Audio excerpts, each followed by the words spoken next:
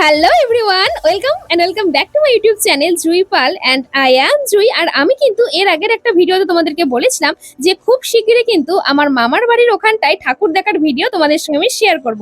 তাই দেখো অবশেষে কিন্তু সেই ভিডিওটা নিয়ে আমি চলে আসি। আর আজকে কিন্তু আমরা টোটালি 4জন ঠাকুর দেখতে বেরিয়েছি। এক হচ্ছে আমি, আর একটা হচ্ছে আমার ভাই, আর দুটো হচ্ছে আমার মামার 2 মেয়ে। আরো একটা ভাই আছে, কিন্তু গঙ্গারামপুরে যেহেতু লাইভ কনসার্ট চলছে সেই জন্য কিন্তু ও আগেই চলে গেছে সেই কনসার্টে। আর আমরা ঠাকুর টুকুর দেখে তারপরে কিন্তু সেই লাইভ কনসার্টটা দেখতে যাব। এবং সেই লাইভ কনসার্টে গিয়ে আমরা কি করলাম না করলাম পুরোটাই কিন্তু এই ভিডিওটাতে আছে, তাই ভিডিওটা বলবো প্লিজ স্কিপ করো না। সো দেখো, প্রথমে কিন্তু আমরা ঢুকে পড়েছি একদম প্রথম প্যান্ডেলটাতে। আর এখানটাতে তো মা কালীকে তোমাদেরকে দেখালাম। আর এই যে জিনিসটার যে পরিকল্পনাটা, ওটা কিন্তু আমার খুবই ভালো লেগেছে। আর দেখো চারিপাশে কিন্তু শ্রীকৃষ্ণের বিভিন্ন ধরনের রূপের কথা এখানটায় বর্ণনা করা আছে ছবির সাহায্যে।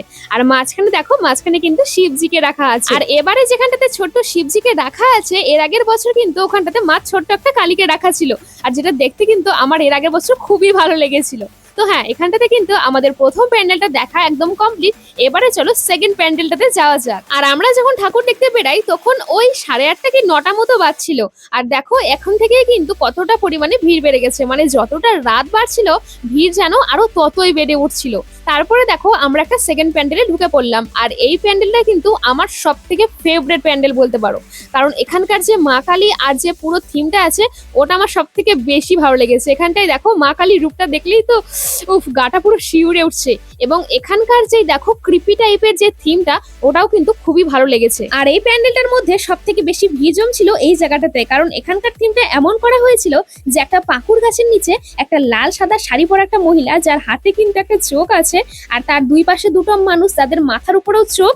আর দেখো সেই চোখ থেকে কিন্তু অনেকগুলো সুতো আছে, যেই সুতোগুলো কিন্তু ওই মহিলা নিজের হাতে ধরে আছে। আর সামনে দেখো একটা অগ্নিকুণ্ডে কিন্তু আগুন জ্বলছে। আর এই জিনিসটা দেখার জন্য কিন্তু প্রতিটা মানুষের ভিড় জমছিল এই জায়গাটাতে। প্রচুর কষ্টে ভিডিও ক্লিপটা নিয়েছিলাম। আর এইদিকে দেখো, ওই যে এর আগের ভিডিওতে যে পাগুলো দেখালাম না, ওই পাগুলো কিন্তু আস্তে আস্তে দেখো ওই সিঁড়ি বেয়ে নেমে আসবার জন্য ওইরকম টাইপের একটা থিম করা হয়েছিল।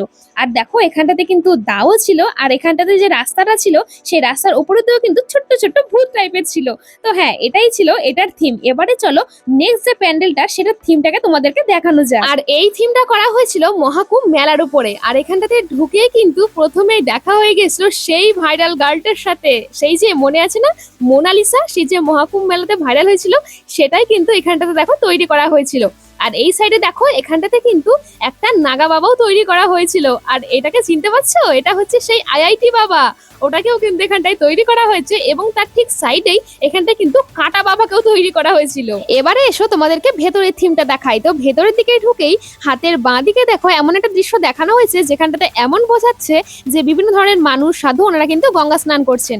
আর হাতের ডান দিকে দেখলে বিভিন্ন ধরনের সাধু, মাতা, এসব কিন্তু তৈরি করা হয়েছে, যেমনটা আমরা মহাকুম্ভ মেলায় দেখে থাকি আর কি। আর জানো তো, এখন যে প্যান্ডেলটার থিমটা তোমরা দেখতে পাচ্ছ, এই প্যান্ডেলের পুজোটা নাকি ছোট ছোট বাচ্চারা করে। আর এটা শুনে না আমি প্রত্যেকবারই খুব অবাক হয়ে যাই যে এত ছোট ছোট বাচ্চারা এত সুন্দর সুন্দর থিম কিভাবে করে। মানে সত্যি ওদেরকে অনেক অনেক অনেক ভালোবাসা যে এত ছোট হয়েও এত সুন্দর পুজো ওরা করে। তো চলো এরপরে তোমাদেরকে এরপরের মানে 4 নাম্বার প্যান্ডেলটা ঘুরে দেখানো যাক। তো এই যে প্যান্ডেলটা, এটার ক্লাবটার নাম হচ্ছে অগ্রগামী ক্লাব। আর এটার বাইরে না প্রত্যেকবারই কিন্তু ঢাকের একটা বিশাল একটা আসর টাইপের বসে এবং কম্পিটিশন টাইপের হয় যে কে কত জোরে আওয়াজ করে ঢাক বাজাতে পারে। মানে প্রতিটা ঢাকিদের কিন্তু কম্পিটিশন হয়। আর ওটা দেখতে না আমার খুবই ভালো লাগে এবং অনেক লোকও কিন্তু এখানটায় জড়ো হয়ে যায় ওটা দেখার জন্য। আর ওই যে সাদা রঙের যে মা কালীটাকে তোমরা দেখতে পাচ্ছ, ওটা কিন্তু পুরোটাই সাবু আর সাদা তুলো দিয়ে তৈরি করা। যদিও এর আগের বার বিস্কুট দিয়ে তৈরি করেছিল, তো প্রত্যেকবারই কিন্তু এরকম ধরনের বিভিন্ন ধরনের ইউনিক টাইপের জিনিস দিয়ে ওনারা এরকম ধরনের মা কালী তৈরি করে থাকেন। এবারে এসো নয়াবাজারের সব থেকে লাস্ট ঠাকুরটাকে তোমাদেরকে দেখানো যাক, যেটা আমরা গঙ্গারামপুর যাওয়ার আগে দেখেছিলাম। তো এটা হলো একটা চায়ের দোকানের থিম, যেখানটাতে কিন্তু অনেকগুলো লোক চা খাচ্ছেন এবং সঙ্গে একটা কুকুরও আছে।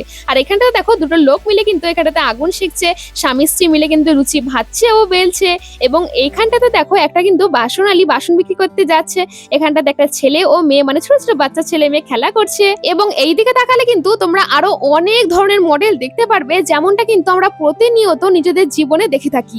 মানে যে গরিব মানুষগুলোকে আমরা কাজ করতে দেখতে পাই, বিভিন্ন ধরনের কাজ, বিভিন্ন শ্রেণীর মানুষকে সেই সমস্ত জিনিসে কিন্তু এখানটায় মডেলের আকারে ফুটিয়ে তোলা হয়েছে। এক কথায় বলতে গেলে আমাদের যে সমাজের একদম গরিব শ্রেণীর মানুষ তাদেরই কিন্তু জীবনযাত্রাটা মডেলের আকারে চোখের সামনে ফুটিয়ে তোলা হয়েছিল। আর জানো তো আমি না খুব ইমোশনাল একটা মানে মানুষ বা পার্সন বলতে পারো। তো আমার চোখের সামনে না যখন এই জিনিসগুলো দেখছিলাম তখন মানে ভেতরটা না আমার খুবই আমি কেঁপে উঠছিলাম যে আমি এগুলো জিনিস একদমই দেখতে চাই না, কারণ আমি প্রচন্ড হার্ট হয়ে, বিশেষ করে এই জিনিসটা। এখানটাতে দেখো একটা স্বামী মদ খেয়ে এখানটায় পড়ে আছেন এবং এখানটাতে দেখো একটা স্ত্রী তার সন্তানকে কোলে নিয়ে কান্না করছিল এবং পাশে আরো একটা সন্তান যে খিদার যন্ত্রণাতে এখানটায় মানে ছটফট করছে। মানে আমি বলতে বলতেও এখন আমি মানে ইমোশনাল হয়ে যাচ্ছি। তো এই জিনিসটা দেখে আমার সব থেকে মানে বেশি খারাপ লেগেছিল যে মানে প্রচন্ড হিট করেছিল আমাকে। তো হ্যাঁ, এটাই ছিল এই প্যান্ডেলটার একটা থিম। আর এটা মানে এই প্যান্ডেলটাকে আমি একদমই আমার ফেভারিট বলবো না, কারণ এটা দেখে আমি প্রচন্ড ইমোশনাল হয়ে যাচ্ছিলাম। তো হ্যাঁ, আমি এই জিনিস থেকে এত ভাগতে থাকি আর সেই রিয়েলিটি চেকটাই আমি মানে বলতে পারো পেয়ে গেছিলাম। তো যাই হোক, চলো এবার মুভ অন করা যাক। তো এখানটাতে তারপর প্যান্ডেলটা দেখার পরে আমরা কিন্তু চলে এসেছিলাম এখানটা সবাই মিলে ফুচকা খেতে। আর এখানটাতে যেহেতু অনেক ধরনের ফুচকার দোকান ছিল সেই জন্য আমরা ডিসাইডই করতে পারছিলাম না যে কোন দোকানে ফুচকা খাবো। তারপর অবশেষে কিন্তু ফুচকার দোকান ডিসাইড করে আমরা এখানটা সবাই মিলে ফুচকা খেয়ে নিয়েছিলাম। এরপর আমাকে ব্রেন ওয়াশ করা হচ্ছিল যে চল চল চল লাইভ কনসার্টটা দেখে আসি। আর আমি ওদেরকে বলছিলাম যে না না না, একদমই যাওয়া যাবে না।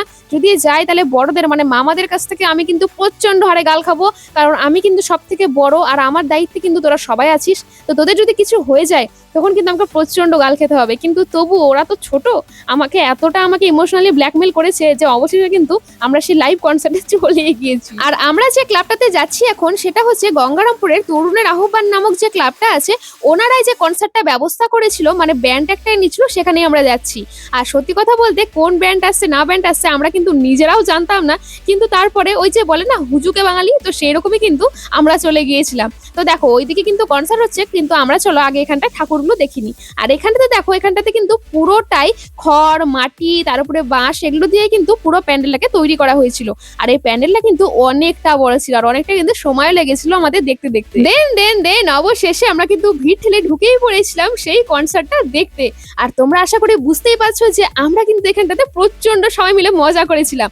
আর আমি তো তোমাদেরকে এখানটাতে গানগুলো শোনাতে পারবো না, কারণ আমি যদি গানগুলো এখানটাতে তোমাদেরকে দিয়ে দিই বা শুনিয়ে দিই তাহলে কিন্তু আমার চ্যানেলে কপিরাইট চলে আসবে, আর কপিরাইট চলে আসলে আমার চ্যানেলে ক্ষতি হয়ে যাবে। সেই জন্য তোমাদেরকে আমি গানগুলো শোনাতে পারলাম না। তাই তোমরা ভিডিওগুলোই দেখে নাও যে আমরা কিন্তু ভিডিওতেই কি করেছিলাম। আর এরপরে সেখান থেকে বেরিয়ে আমরা একটু খাওয়া দাওয়া করে নিয়েছিলাম, আর খাওয়া দাওয়ার ক্লিপগুলো আমি নিতেই ভুলে গিয়েছি। তারপরে আমরা সোজা চলে গিয়েছিলাম গঙ্গারামপুরের যে থানাটা, সেখানকার থানার ভেতরে যে ঠাকুরটা সেখানটারই কিন্তু দর্শন করতে। আর সেখানটায় মাকে দর্শন করে নেওয়ার পরে আমরা এখানটায় বসে বসে এখানটায় কিন্তু কুলারের হাওয়া খাচ্ছিলাম বলতে পারো, কারণ আমরা প্রচন্ড না তখন ঘেমে গিয়েছিলাম। কারণ বুঝতে পারছো ওখানটায় কিন্তু আমরা অনেক এনজয় করেছি, নাচানাচি করেছি, সেই জন্য প্রচন্ড পরিমাণে ঘেমে গিয়েছিলাম। তারপরে কিন্তু ওখান থেকে বেরিয়ে সোজা চলে যাচ্ছিলাম বাড়ি, কারণ তখন বাজে ঘড়িতে 1টা। আর এখনো যদি এখান থেকে না বেরায় তাহলে বাড়িতে গিয়ে কিন্তু গণপিটুনি আছে, কারণ ইতিমধ্যে কিন্তু অনেকগুলো ফোন চলে এসেছে। তো চলো আমরা বাড়ি যাই।